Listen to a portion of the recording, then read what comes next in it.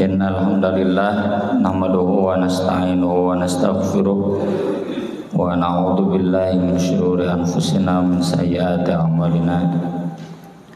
Asyhadu an la ilaha illallah wahdahu la syarikalah wa asyhadu anna Muhammadan abduhu wa rasuluhu alladzi la nabiyya wa la rasula ba'dah. Sallallahu wasallam alaihi wa ala alihi wa sahbihi wa man tabi'ahum bi ihsan, amma ba'd. Babun sholatut tatawwu'i, bab tentang sholat sunat.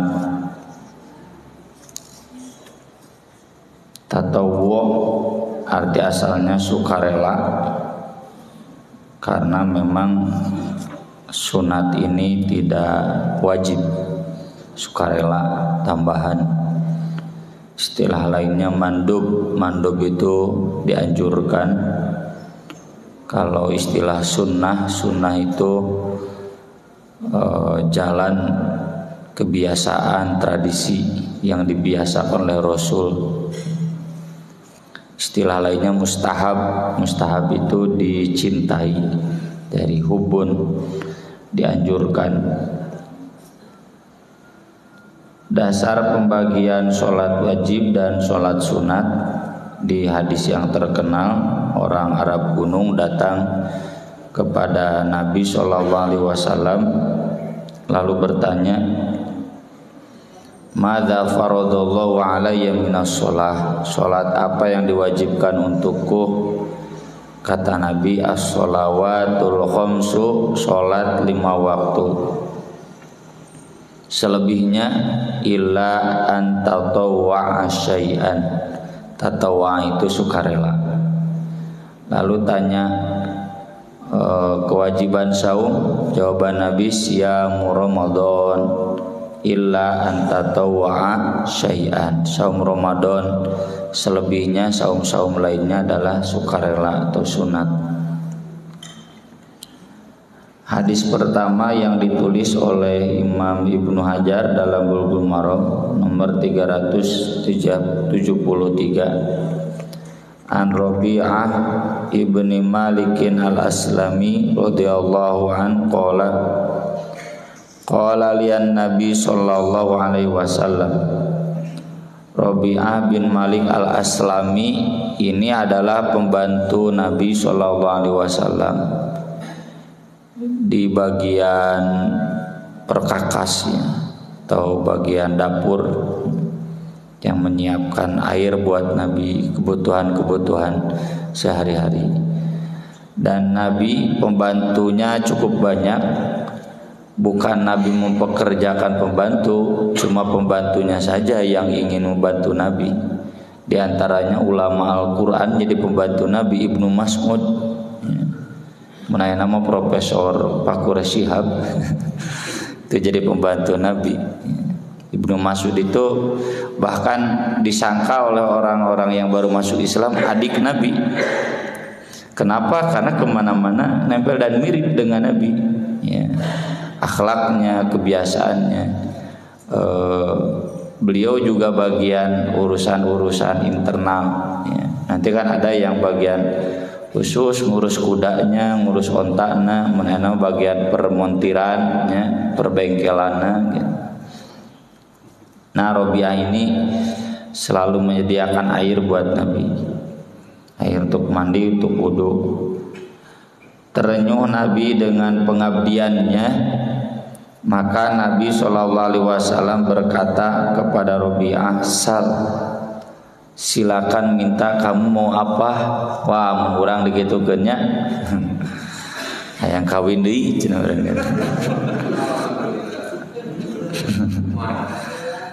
Beda ya, Nabi beda dengan bapak-bapak. Sahabat enggak matre. Faqultu as'aluka murafaqataka fil jannah. Saya ingin tetap menemani Anda di surga tuh. Jadi enggak matre ya, apalagi orientasi syahwat. Faqala Nabi nantang au ghairu dzalik, ada selain itu enggak? Enggak, huwa dzaka, cukup itu. Saya bukan hanya ingin menemani Anda di dunia saja, tapi juga nanti di surga. Qala, Nabi bersabda, fa'inni ala nafsika bi kathrati sujud. Maka bantulah aku untuk dirimu sendiri dengan memperbanyak sujud. Memperbanyak sujud artinya memperbanyak sholat, karena sujud itu di dalam sholat. Meski nyambung dengan yang kemarin, bisa juga sujud tilawah, bisa juga sujud syukur, asal ulah sujud sahwi. Bahaya sujud sahwi, mau sholat tuluy-tuluyan lupa. Sujud di sini adalah sholat sunat, karena sholat wajib sudah terbatas, nggak boleh diperbanyak sujudnya. Memperbanyak sujud dalam sholat wajib bid'ah. Yang dimaksud adalah memperbanyak sholat sunat. Ini sering saya tulis dalam konteks cinta Nabi. Kita cinta Nabi bukan hanya membaca sirahnya, berdendang manakibnya, tapi yang paling pokok adalah bagaimana sholat-sholat sunat kita, ya, apakah sudah selevel dengan Nabi SAW atau tidak. Bukti cinta Nabi itu diantaranya adalah sholat sunat yang minimal mendekati, ladai menyamai mahese, mendekati sholat sunat Nabi SAW. Hadis berikutnya dari Ibnu Umar radhiyallahu anhu qala, hafiztu minan Nabi sallallahu alaihi wasallam 10 rakaat. Saya hafal dari Nabi sallallahu alaihi wasallam 10 rakaat. Maksud hafal itu yang dirutinkan. Rakaataini qabla dzuhri, 2 rakaat sebelum duhur. Wa raka'ataini ba'daha, 2 rakaat sesudah duhur. Wa raka'ataini ba'dal maghrib fi baitihi, 2 rakaat ba'da maghrib di rumahnya. Dan Ibnu Umar pun mengamalkannya demikian. Jadi kalau ba'da maghrib di rumah. Kenapa? Karena Nabi juga di rumah. Ibnu Umar itu kan ta'asi, ya, fotokopian Nabi sallallahu alaihi wasallam. Wa raka'ataini ba'dal isya'i fi baitihi, 2 rakaat ba'da isya di rumahnya. Ibnu Umar pun di rumahnya. Tapi sahabat lain banyak yang di masjid dan Nabi tidak melarang, itu teknis saja. Wa raka'ataini qabla subhi, dan 2 rakaat qabla subuh.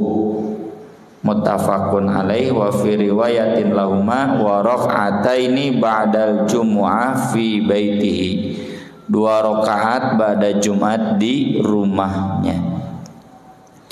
Nabi SAW tidak menekankan lewat sabdanya ba'da isya, ba'da maghrib, ba'da Jumat di rumah, karena memang pasti memberatkan. Nabi di rumah karena kebetulan rumahnya nempel. Akhirnya bapak-bapak ke rumah, wah babaliut ke panggijeng incu ngajak jajan, wah Tapi kalau mau diamalkan silakan. Dulu saya ketika masih anak 1, ya, selalu begitu. Awal-awal nikah, bujangan, sholat pada maghrib, pada isya itu di rumah. Tambah 2, tambah 3, akhirnya 5, wah balik ke imah teh lieur. Kararandeng pebalata. Ini tidak nyaman, jadi di masjid weh. Nah, ini yang sering disebut rawatib, ya. Rawatib itu maknanya 2, tetap rutin, siga rotibah, ya, disebut rotibah teh kan gaji tetap, gaji pokok. Tapi beri ditaikun mama nggak Pak? Rotibah itu, atau rotibah itu artinya berurutan, ya, karena sholat ini berurutan dengan sholat wajib, bisa qobla, bisa ba'da. Kemudian wali muslimin dalam riwayat Muslim, kana idza tala al-fajru, Nabi apabila terbit fajar la yusolli illa rak'ataini khafifataini, Nabi tidak sholat apapun kecuali 2 rakaat yang ringan. Ya. Dalam riwayat lain disebutkan Nabi SAW melarang, ini sudah kita bahas dulu di bab waktu sholat. La sholata ba'dal fajri illa sajadataini, tidak ada sholat sesudah terbit fajar, sesudah dan subuh, kecuali 2 rakaat. La sholata ba'da tulu'il fajri illa rak'atayil fajri, tidak ada sholat sesudah terbit fajar, sesudah dan subuh, kecuali 2 rakaat fajar saja. Ini nanti ada banyak athar dari sahabat tabi'in. Sa'id bin al-Musayyab melarang satu orang jamaah yang sholat 2 kali ba'da dan subuh. Lalu dia protes, kenapa Anda melarang saya sholat? Masa sholat dilarang? Saya melarang Anda karena Anda menyalahi sunnah. Gitu jawabannya. Dalam riwayat lain redaksinya, kenapa Anda menyalahkan saya dalam amal soleh, dalam kebaikan? Sholat sana temenang 2 kali. Kata Sa'id bin al-Musayyab, saya menyalahkan Anda karena menyalahi sunnah. Jadi ketika Sa'id bin al-Musayyab itu ulama tabi'in senior ya, lahirnya 2 tahun sesudah Nabi wafat. Jadi beliau duduk menunggu, lalu kemudian orang itu terus sholat. Sa'id bin al-Musayyab menegurnya, nggak boleh ba'da subuh itu sholatnya cukup 1 kali saja, 2 rakaat subuh. Jadi kalau bagi bapak-bapak yang mau 2 kali, jawabannya ya seperti tadi, sebaiknya tidak. Hari doraka mantenya ente sampai haram, tapi makruh. Cuma memang khusus di masjid ini ya, karena saya melihat sampai 10 menit ya, daripada ngulang, bagi saya pribadi sholat qobla subuhnya ya sesuai menitnya ya, itu biasanya 4 halaman ya, untuk sholat 10 menit itu.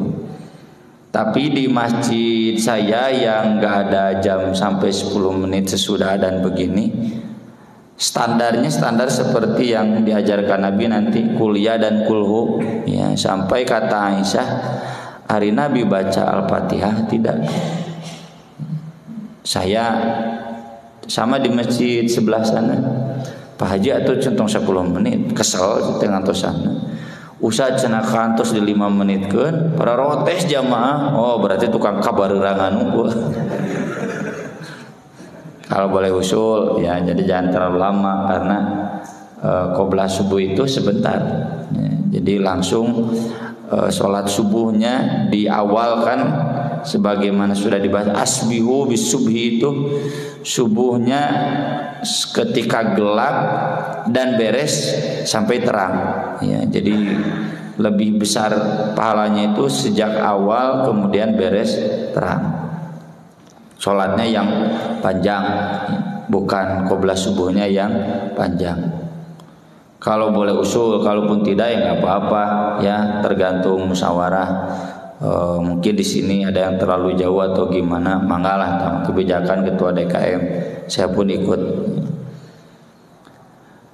Kemudian dari Aisyah radhiyallahu anha, anna Nabiya sallallahu alaihi wasallam kana la yadau arba'an qabla zuhri wa rak'ataini qabla al-ghadah. Kata Aisyah, Nabi sallallahu alaihi wasallam tidak pernah meninggalkan 4 rakaat qabla zuhur dan 2 rakaat qabla subuh. Ini nanti ulama mengompromikannya, kalau di masjid sebagaimana informasi Ibnu Umar 2 rakaat, kalau di rumah sebagaimana informasi Aisyah 4 rakaat. Tapi yang paling pas boleh 4, boleh 2. Kan di sini nggak disebutkan di rumah di masjidnya. Sepengetahuan Aisyah, Nabi itu merutinkan 4 rakaat qobla duhur. Sepengetahuan Ibnu Umar, yang Nabi rutinkan 2 rakaat qobla duhur. Ini jadi catatan buat kita bapak-bapak, ibu-ibu. Informasi dari sahabat itu kalau ada perbedaan berarti jangan dianggap utuh. Jangan dianggap utuh. Seolah-olah segitu-gitunya, jangan. Ya, contoh tadi kata Ibnu Umar, Nabi merutinkan 2 rakaat qobla duhur, nggak ada 4 rakaat. Tapi kata Aisyah, Nabi nggak pernah meninggalkan 4 rakaat qobla duhur. Jadi informasi dari Ibnu Umar jangan dianggap utuh segitu-gitunya, final, jangan. Aisyah juga jangan dianggap final segitu-gitunya, tapi saling mengisi. Ya. Termasuk dalam hal waktu. Apakah rawatib itu cuma 5? Qobla subuh, qobla duhur, ba'da duhur, ba'da maghrib, ba'da isya. Padahal di hadis yang lain kata Nabi, baina kulli adzanaini shalah, baina kulli adzanaini shalah, baina kulli adzanaini shalah liman syaa. Sampai 3 kali. Di antara 2 adzan sholat, di antara 2 adzan sholat, di antara 2 adzan sholat. Bagi yang mau. Bagi yang mau itu berarti tidak wajib. 2 adzan itu para ulama sepakat, adzan dan qomat. Jadi bukan hanya qobla duhur, qobla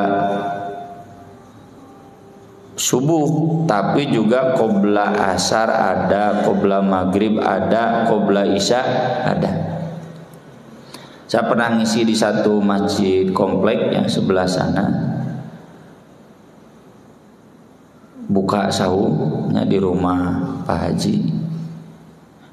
Ayo Pak Haji, kalau misalnya cenah di malami cenah qobla maghrib, mun ya saya orang qobla maghrib oh gitu hayu atuh cenah. Ari abdi mah cenah ngamalkeun qobla maghrib teh cenah tahiyatul masjid we. Pak Haji abdi mah cenah tahiyatul masjidnya qobla maghrib. Pas bubar ya, di masjidnya itu rawatib 8 waktu. Tuh Pak Haji nya di dieu cenah rawatib teh 8 waktu. Ya, ada poster gitu. Ustaz cenah nu bener teh rawatib teh 8 5. Yang 8 ada dalilnya, yang 5 ada dalilnya. Yang pasti mah nggak ada ba'da subuh, nggak ada ba'da asar, tak pasti. Tapi yang qobla yang 5 waktu, nah itu dalilnya ada, Bukhari Muslim ya, riwayatnya. Cuma memang tidak disebutkan oleh Ibnu Umar sebagai rutin. Praktiknya di masjid saya qobla itu semuanya ada. Tapi sewaktu-waktu kalau misalkan ada pengajian maghrib sampai isya, kan tos karumpul jamaah teh bada isya qobla isyanya kadang dilewat langsung qomat gitu. Jadi bedanya hadis Ibnu Umar dengan hadis yang lain. Hadis siapa ya, saya lupa lagi.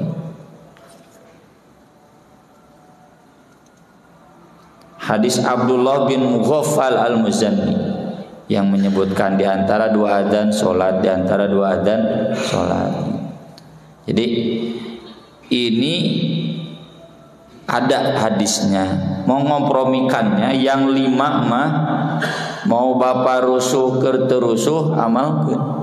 Misalkan tadi ada pengajian qobla duhur, mau adzan duhur langsung qomat gitu, tetap ya qobla duhur mah harus. Tapi kalau qobla asar, contoh kan di kami tasmi itu dari ba'da duhur sampai maghrib, asar. Mun sandrinan maca tasmina lila, wah imam bisi ngalabrak maghrib, langsung cetek gitu qomat. Ya, enggak apa-apa.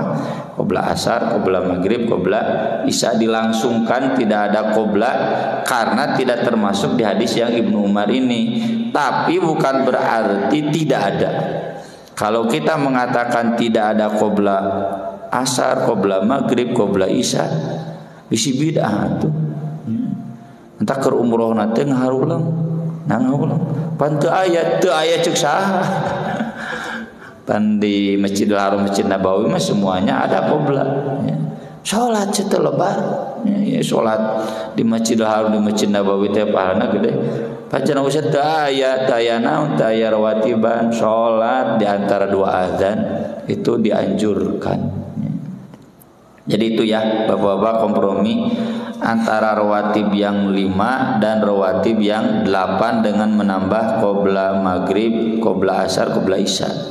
Ada dalilnya, cuma status yang qiblah asar, maghrib, isya tidak serutin yang 5 ini. Ini ditambah 4 qiblah duhur berarti jadi 12. Ya. Ditambah qiblah yang tadi 6 berarti 18. Itu Mbak, salat siga Nabi. Kemudian yang 377 berikutnya masih dari Aisyah, lam yakunin Nabi sallallahu alaihi wasallam ala syai'in minan nawafil asyadda ta'ahudan minhu ala rakaatayil fajri. Tidak ada satupun sholat sunat yang paling Nabi perhatikan, kata Aisyah, dibanding 2 rakaat subuh. Kata beliau, rakaatul fajri khairun minad dunya wa ma fiha. 2 rakaat qiblah subuh itu lebih baik daripada dunia dan seisinya. Itu pelajaran buat kita, tong sok kaburangan subuh. Orang yang kaburangan subuh telat wae al-masbuk ya dalam subuh itu kata Nabi kan munafik ya. Athqalus shalah 'alal munafiqin sholatul isya'i was subhi. Salat isya, salat subuh talangke wae munafik. Ciri orang munafik zaman Nabi mah itu. Karena kan gelap. Mungkin tidak hadir, mungkin kalau hadir terlambat, baiklah asal hadir. Udah mau katingali gitu. Karena orang munafik itu yuroin itu ria, kelihatan sigap, kalau tidak kelihatan kusala itu ngedewel. Jadi kalau kita malas dari sholat subuh ini sama dengan orang munafik dan meluputkan ganjaran yang sangat besar. Perjalanan saya ke sini riweuh ku motor sayur, ya, motor ieu jeung teu ngebut, urang rusuh jam subuh jam 4. Rata-rata pancen orangnya Batu Jajar, Ciamplas, Cililin, balanyana ti Andir. Mengejar apa mereka? Mengejar bati 1 juta sapoe biheungnya. Tapi kebanyakan tuh sampai melupakan sholat qiblah subuh. Mudah naon sih? Kan sholat qiblah subuh itu lebih baik daripada dunia dan seisina. Komo sholat subuhna, qiblah subuhna wae gitu. Ya. Saya dulu zaman suka sahur ke Andir, ke Ciroyong. Kalau sekarang mah alhamdulillah ku cai we unggul.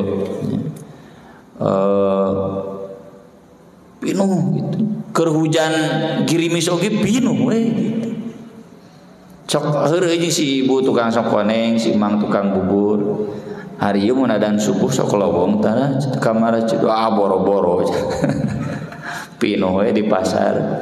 Sarolat di dinya we cenah di lapak gitu. Nah ini ya, kita lupa bahwa qiblah subuh itu lebih baik daripada dunia dan seisinya. Jamaah saya ada tukang kerupuk, kan di situasi sudah tukang kerupuk. Yum janari teh rame di gang-gang rumah saya itu. Termasuk ada jamaah saya. Kade cete di dinya. Abdi mau ustad cenah jam 2 gugahna. Jadi ustad adzan awal teh abdi angkat gitu. Jam 3 teh baru berangkat.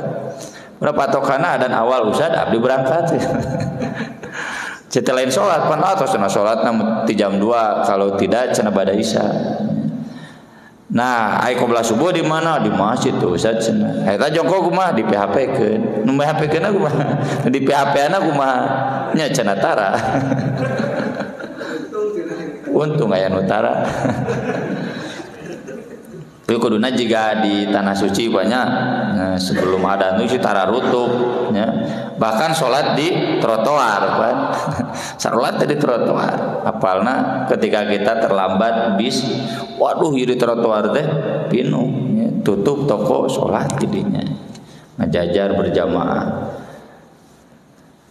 Kemudian dari Ummu Habibah Ummul Mukminin radhiyallahu anha qalat sami'tu Rasulullah sallallahu alaihi wasallam yaqul man shallat natai asyrata rakaatan, siapa yang salat 12 rakaat. Kalau tadi kan Ibnu Umar 10, kalau Ummu Habibah ini 12. Fi yaumihi wa lailatihi, di sehari semalamnya, bunyalau bihinna baitun fil jannah, akan dibangunkan kastil istana di surga ya, lebih megah daripada istana Buckingham. Fi riwayatin, dalam riwayat lain, tatawuan. Apa saja 12 itu? Arba'an qabla zuhri, 4 rakaat qabla duhur. Jadi lebih kuat Pak yang 4 rakaat. Ummu Habibah, Aisyah 2. Kalau tadi Ibnu Umar. Makanya di masjid saya, di masjid bapak saya, memang dari dulu sejak saya muda, qabla duhur teh geus aya 2 rakaat, 4 rakaat. Jamaah itikaf biasana nu sok aneh anyar-anyar. Nah, can usah di mah qabla duhur teh 4 rakaat, di dinya ngajina teu anggeus. Soalnya bukan saya saja, jamaah pun semuanya 4 rakaat, ya, kecuali santri nu ngaredol, ya, 2 rakaat, ngalobrol gitu. Wa raka'ataini ba'daha, 2 rakaat ba'da zuhur, wa raka'ataini ba'dal maghrib, 2 rakaat ba'da maghrib, wa raka'ataini ba'dal isya, 2 rakaat ba'da isya, wa raka'ataini qabla sholatil fajri, 2 rakaat qabla sholat subuh. Jadi 12 itu yang qabla duhurnya 4 rakaat. Kalau ada pertanyaan 4 rakaatnya sekali salam atau 2 kali salam, boleh dua-duanya. Boleh sekali salam, kata Imam An-Nawawi. Boleh 2 kali salam, kembali ke dalil umum. Sholatul laili wan nahar mathna mathna. Sehingga sholat intidor bapak-bapak qabla Jumatan kan 2 rakaat 2 rakaat. Boleh. Kemudian walil khamsati anha, dalam riwayat 5 imam Ahmad, Abu Dawud, Tirmidzi, An-Nasai, Ibnu Majah, masih dari Ummu Habibah. Man hafadhu ala arba'in qabla dhuhri, siapa yang merutinkan 4 rakaat qabla zuhur, wa arba'in ba'daha, dan 4 rakaat ba'da zuhur, haramahullahu ta'ala 'alan nar, Allah mengharamkannya masuk neraka. Ini ada yang menilai doif ya. Saya sudah tulis bantahannya, takhrij ulangnya, ada kekeliruan dalam menilai doif. Para ulama hadis juga nggak ada yang mendoifkan, kecuali itu Ustadz di Indonesia yang mendoifkan itu. Sisanya Syekh Albani, Ibnu Hajar, nggak ada yang mendoifkan. Dan saya juga tulis di At-Tawbah Institute di website, kekeliruan yang menilai doif ini sahih. Jadi qabla duhur 4 rakaat, ba'da duhur 4 rakaat sahih. Cuma memang yang 4 rakaat ba'da duhur tidak dirutinkan melihat status hadisnya. Dirutinkan juga boleh. Jadi kalau 4 rakaat ba'da duhur dan 4 rakaat ba'danya berarti 14 rakaat, Pak ya. Kemudian dari Ibnu Umar radhiyallahu anhu qala Rasulullah sallallahu alaihi wasallam, rahimallahu mur'an, Allah merahmati seseorang, shalla arba'an qoblal asri, salat 4 rakaat qabla asar. Ini juga kata Ibnu Hajar hasan, menurut Tirmidzi, Ibnu Khuzaimah sahih. Ini juga ada yang mendoifkan terkait status Muhammad bin Mihran, padahal status beliau itu hasan. Ya, tidak sampai doif. Ini juga sudah saya tulis takhrij ulangnya di website At-Tawbah Institute. Jadi keliru yang menilai hadis ini doif, yang benar adalah sahih. Kalau ditambah 4 rakaat qabla asar berarti seberapa tadi? 14 tambah 4 18. Atau qabla asar pakai hadis Bukhari yang tadi 12 rakaat di antara 2 adzan, antara adzan dan qomat bisa 2 rakaat, berarti 16 ya. Tapi kalau 4 rakaat 18. Kita hitung yang maksimalnya saja dulu ya. Kalau dengan 4 rakaat qabla asar berarti 18.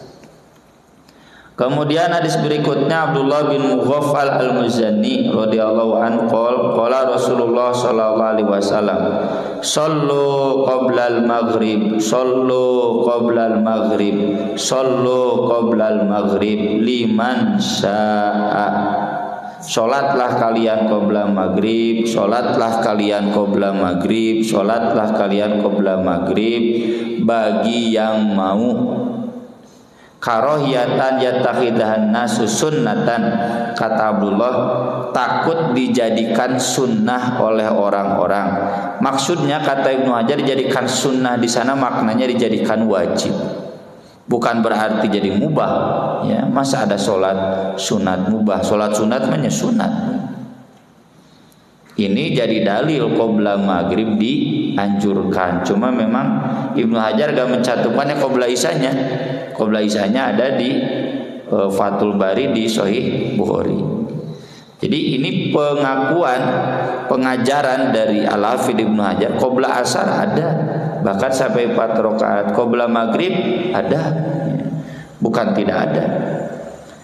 Kalau disebutkan itu kan amal sahabatnya, tetap amal sahabatnya kan Nabi yang memerintahkan. Nabi nggak mengamalkan, masa Nabi memerintah Nabi nggak mengamalkan? Atau kaburo maktan indallah ang taqulu malah taf'alun. Masa Nabi memerintah Nabi tidak mengamalkan? Aneh-aneh wae. Kalau Nabi memerintah pasti Nabi mengamalkan. Maka dari itu dalam riwayat Ibnu Hibban, anna nabiyya sallallahu alaihi wasallam shalla qabla al-maghrib rak'ataini. Nabi sallallahu alaihi wasallam salat qabla maghrib 2 rakaat. Nah, ini yang nanti membedakan mazhab Syafi'i dan mazhab Maliki. Imam Malik itu mengatakan qabla maghrib itu tidak ada. Alasannya kenapa? Karena penduduk Madinah tidak mengamalkan di Masjid Nabawi. Imam Malik mah memilih yang terbaik itu adalah amal ahli Madinah. Termasuk itikaf, kata Imam An-Nawawi, saya meragukan, mungkin bid'ah sedikit. Saum nyawalan, kata Imam Malik, saya meragukan, kemungkinan besar bid'ah saum syawali. Muridnya Imam Syafi'i nggak sependapat. Imam Syafi'i kan berguru ke Imam Malik 20 tahun. Ya, abdi wae di pesantren 7 tahun. Ya. Imam Malik sampai 20 tahun ke Imam Syafi'i ke Imam Malik 20 tahun sampai wafatnya. Imam Syafi'i sesudah Imam Malik wafat, beliau memilih pendapat bahwa yang sunnah itu yang diajarkan dalam sunnah, bukan yang diamalkan oleh penduduk Madinah. Dan Imam Syafi'i punya banyak data kenapa qabla maghrib tidak diamalkan. Itu ada keterangan dari sahabat, asyghul, sibuk, waktuna kan samporet ya, mepet, jadi langsung. Tapi bukan berarti tidak ada. Kenapa itikaf tidak diamalkan? Kenapa saum syawal tidak diamalkan? Ya, ketika Madinah sudah sangat sibuk. Maka Imam Asy-Syafi'i itu sering disebut nasirus sunnah. Nasirus sunnah itu pembela, penolong sunnah. Jadi menurut Imam Syafi'i, sunnah itu patokannya bukan ahli Madinah, tapi hadis. Makanya ada perbedaan mazhab Syafi'i dengan mazhab Maliki. Termasuk qabla maghrib. Imam Syafi'i menegaskan itu bagian dari sunnah. Jadi kalau ditambah qabla maghrib berarti 20, ditambah qabla isya berarti 22. Salat rawatib itu. Dalam riwayat Muslim dari Ibnu Abbas, kunna nusolli raka'ataini ba'da ghurubis syamsi. Kami biasa salat kunna ba'da maghrib 2 rakaat. Jadi biasa para sahabat. Wa kana Nabi sallallahu alaihi wasallam yarona, Nabi melihat kami, falam ya'murna wa lam yanhana, tidak memerintah, tidak melarang. Maksudnya tidak melarang. Kalau memerintah kan tadi jelas memerintah. Apakah Nabi melihat itu tidak sholat? Kan tadi ada keterangannya Nabi juga sholat qabla maghrib. Jadi sekali lagi, ini yang tadi kita bahas di awal. Kalau ada keterangan sahabat itu jangan dianggap final. Ya, kalau faktanya beda dan sahabat yang lain berarti saling mengisi. Kata Ibnu Umar, rawatib itu 5, bukan berarti hanya 5. Ya, qobla asar ada, ternyata qobla maghrib ada, qobla isya ada. Cuma statusnya yang 5 ini lebih kuat atau jangan sama sekali ditinggalkan. Kalau yang 3 tadi qobla asar, qobla maghrib, qobla isya sesekali boleh ditinggalkan. Kadang di masjid-masjid tertentu ya, lain sesekali, itu pernah sesekali aja. Siga di Istiqomahnya di Pajagalan ya, tuh sesekali aja. Kemudian dari Aisyah radhiyallahu anha qalat kana Nabi sallallahu alaihi wasallam yukhaffifu rak'ataini allataini qabla salati subhi. Nabi itu meringankan 2 rakaat qabla subuh. Jadi cepat. Hatta inni aqul aqra bi ummil kitab. Sampai saya berkata, "Ai Nabi baca Al-Fatihah?" Tidak. Artinya sholat qabla subuh itu lebih cepat daripada baca Al-Fatihah yang biasa. Cepat. Sunnahnya begitu. Dalam hadis Abu Hurairah, Nabi SAW membaca dalam 2 rakaat subuh itu Qul ya ayyuhal kafirun dan Qul huwallahu ahad. 2 rakaat. Kemudian dalam hadis Aisyah radhiyallahu anha qalat kana Nabi sallallahu alaihi wasallam idza shalla rak'atayil fajri. Nabi sallallahu alaihi wasallam apabila salat 2 rakaat subuh itu ja'ala shikkihil aiman. Beliau berbaring ke sebelah kanannya. Ini tidak saya amalkan di sini ya. Tapi boleh ya. Jadi bapak-bapak kalau lihat biasanya punten ya di jamaah salafi beres qobla subuh teh geus qomat oge ngagoler heula kieu. Nah, ini ada dalil. Dari Abu Hurairah radhiyallahu anhu qala Rasulullah sallallahu alaihi wasallam idza shalla ahadukum rak'ataini, apabila salat salah seorang di antara kamu 2 rakaat qabla sholati subhi, sebelum salat subuh, falyattaji' ala janbihil aiman, berbaringlah ke sebelah kanannya. Ieunya nyangkere. Di dalam riwayat lain Ibnu Mas'ud mengatakan saya tidak mengamalkan. Nah, komprominya gimana? Jadi sahabat memahami ini anjuran bagi yang lelah. Tapi yang lain menilai senang. Nabi tidak menyebut lelah dan tidak lelah, pokoknya mengamalkan. Ya.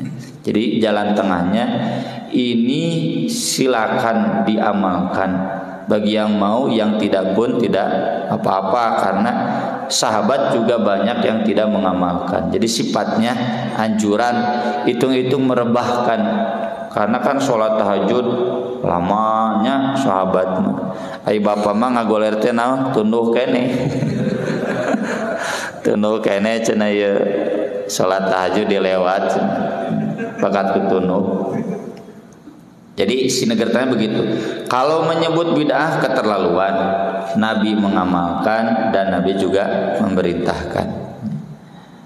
Sekian ini sholat rawatib ya. Jadi kalau kita simpulkan ada batas maksimal, ada batas minimal, ada batas pertengahan. Batas minimal 10 rakaat. Qobla subuh, qobla duhur, ba'da duhur, ba'da maghrib, ba'da isya. 2 rakaat ini minimal. Tong kurang ti dieu. Yang kedua batas pertengahan.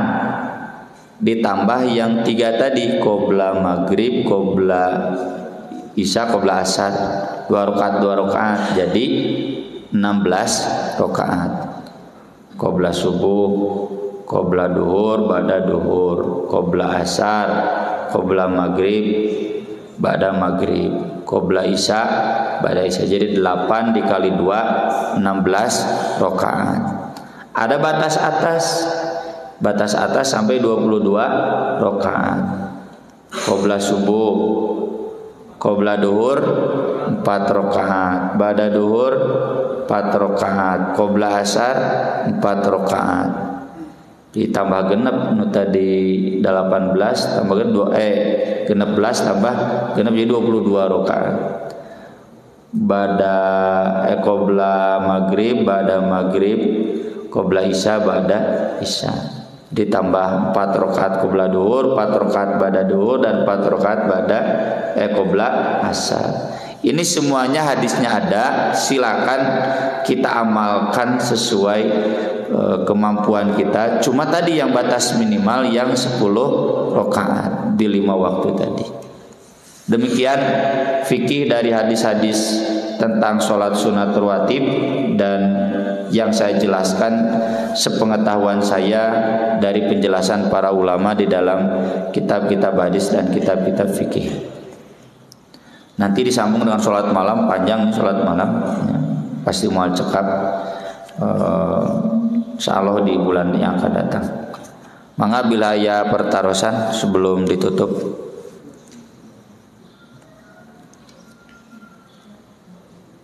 Taya terus biasa diamalkan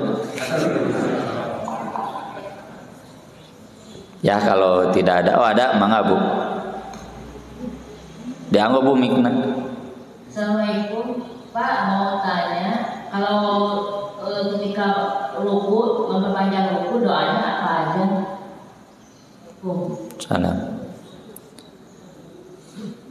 Nabi Shallallahu Alaihi Wasallam itu sholatnya seimbang. Kalau bacaan suratnya panjang, rukunya panjang, i'tidalnya panjang, sujudnya panjang, di antara dua sujudnya panjang, ya. Tahiyatnya juga panjang. Kalau baca suratnya pendek, maka semuanya ruku, sujud, i'tidal juga pendek. Ruku panjang itu bacaannya apa? Bacaannya adalah bacaan ruku tapi diperbanyak. Ya. Subhana rabbiyal azim, subhana rabbiyal azim, subhana rabbiyal azim, tanpa ada batasan. Mau 100 juga silahkan. Ya. Soalnya kan di hadis Hudzaifah itu Nabi sholat malam Al-Baqarah, An-Nisa, Ali Imran gitu. Sugante cenah geus An-Nisa teh sing ruku, balik deui kana Ali Imran. Gitu kan di hadisnya. Ya, kata Ibnu Mas'ud juga, saya kapok cenah salat malam dengan Nabi. Nah, sakit hati cenah. Goreng hati. Nya cenah nah hati teh hayang ruku. Bari teu ruku-ruku gitu. Itu kalau sholat bacaan suratnya Al-Baqarah berarti 256 ayat, atau kalau saat itu mungkin baru 200 ayat, berarti rukunya sekitar 200 kali tasbih, sekitar ya. Kata Imam An-Nawawi nggak sama persis ya. Begitu. Jadi kalau ruku bacaan panjang apa? Kata Imam An-Nawawi, para ulama ya, silakan bacaan ruku, bacaan sujud diperbanyak. Asal di ruku sujud nggak boleh baca Quran. Khusus di sujud silakan perbanyak dengan doa. Jadi subhana rabbiyal a'la, subhana rabbiyal a'la, subhana rabbiyal a'la, sisanya tambah doa. Ya Allah, sehatkan anak keluarga saya misalnya. Silakan bebas. Pakai bahasa Indonesia boleh ya. Yang dilarang itu ngobrol. Kalau munajat mah boleh ngobrol. Versi biraha main? Eta nggak boleh, batal. Kalamun nas itu bukan berarti nggak boleh berdoa dengan bahasa Indonesia, ya. Tapi nggak boleh ngobrol dengan sesama. Boleh. Begitu Bu. Mungkin ada yang ditanyakan lagi. Betulkah kalau batas waktu sholat isya itu jam 12 malam? Batas waktu sholat isya. Ya, terima kasih. Batas waktu sholat isya itu tengah malam. Di Al-Qurannya begitu. Aqimus sholata liduluki syamsi ila ghasaqil laili, sampai tengah malam, wa qur'anal fajri, plus sholat subuh. Jadi sholat subuh mah nggak nyambung dengan sholat isya, ya. Sampai tengah malam. Dan kita sudah bahas ya di bab waktu sholat isya itu ila nisfil lailil ausat, setengah malam pertengahan, maksudnya tengah malam. Cuma memang nanti menentukan tengah malamnya yang berbeda. Ada yang mengukur tengah malam tinggal tengah siang, karena siang dan malam itu seimbang. Tengah siang duhur, kalau sekarang duhur setengah 12, berarti tengah malam teh setengah 12 gitu. Tapi itu guru saya Ustaz Sodikin begitu. Batas akhir waktu sholat isya kata almarhum Ustaz Sodikin tinggal duhur, mundur setengah 12, berarti sholat isya akhirnya setengah 12. Cuma guru-guru saya yang kesininya itu menilai malam itu dari maghrib sampai subuh. Jadi bukan sampai terbit matahari. Ngukurna naon? Eta puasa cenah ti subuh, bukan dari terbit matahari.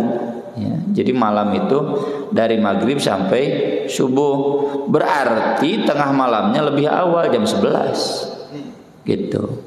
Jadi zona amannya jangan kita sholat isya lebih dari jam 11. Makanya Nabi melarang kita tidur sebelum isya dan ngobrol ba'da isya. Tidur sebelum isya bisi kabablasan sholat isya 2 rakaat ya. Mendihaja ba'da isya ngobrol bisi kabablasan sholat tahajud. Kajong-jonan ngobrol uktuna sholat tahajud tidak, karena tidurnya larut malam.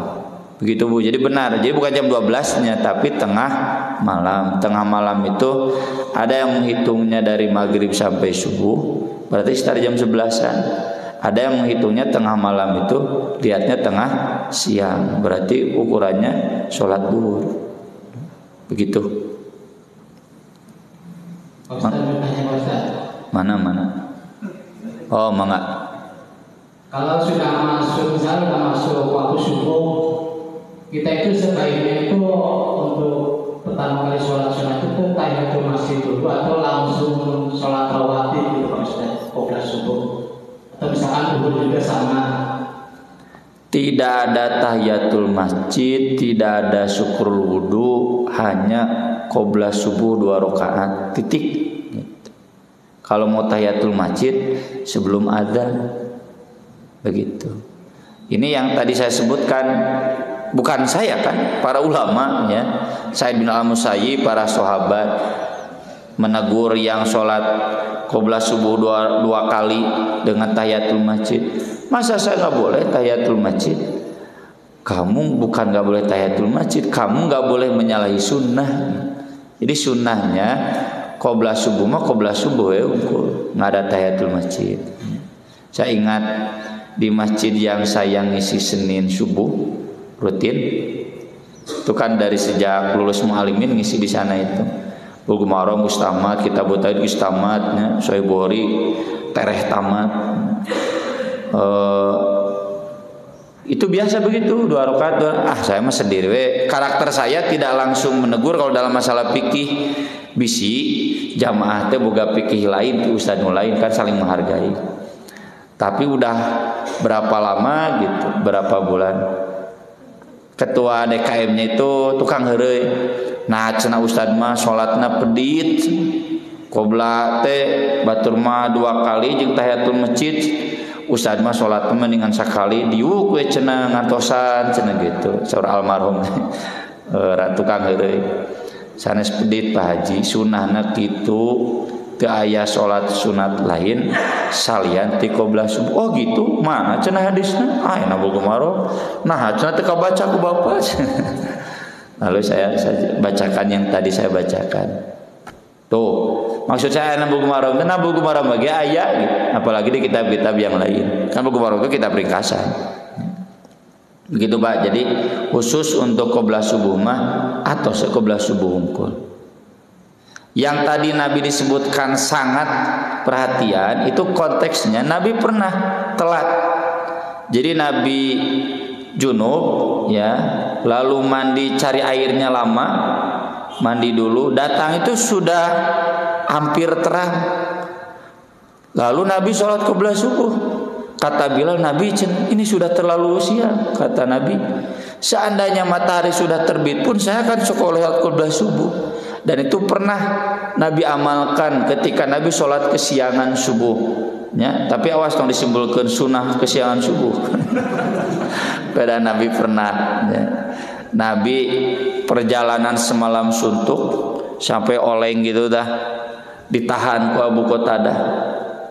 Sudah sejak kapan? Dari tadi malam cen Nabi hampir jatuh tina ontan. Ya udah tuh cenah tidur dulu. Siapa yang mau jaga malam? Cek Bilal teh saya. Awas nantong kaberangan. Itu menjelang subuh sudah saat kantuk berat. Akhirnya Nabi yang pertama kali bangun kapanasanku pan jam 7-an katanya. Amun aya jam 6 lah. Bisa ecang panon poe. Bangun. Oh, Nabi berteriak, ya, sholat. Lalu kata Nabi, pindah ke sebelah sana. Ke sholat ini nah, ini tempat setan, gitu. Jadi kaburangan subuh teh tak imah setan. Ini tempat setan, pindah ke sana. Bilal adan aja udah kesiangan. Nabi qoblah subuh, saking tidak boleh ditinggalkan. Lalu qomat, lalu berjamaah. Itu sampai begitu qoblah subuh itu. Jadi memang kalau waktu sampai 10 menit toleransi ya. Saya juga kadang udah berdiri aya kene. Aya nu nalarang tuh. Bapak udah sholat? Belum? Sholat dulu, sok ditunggu.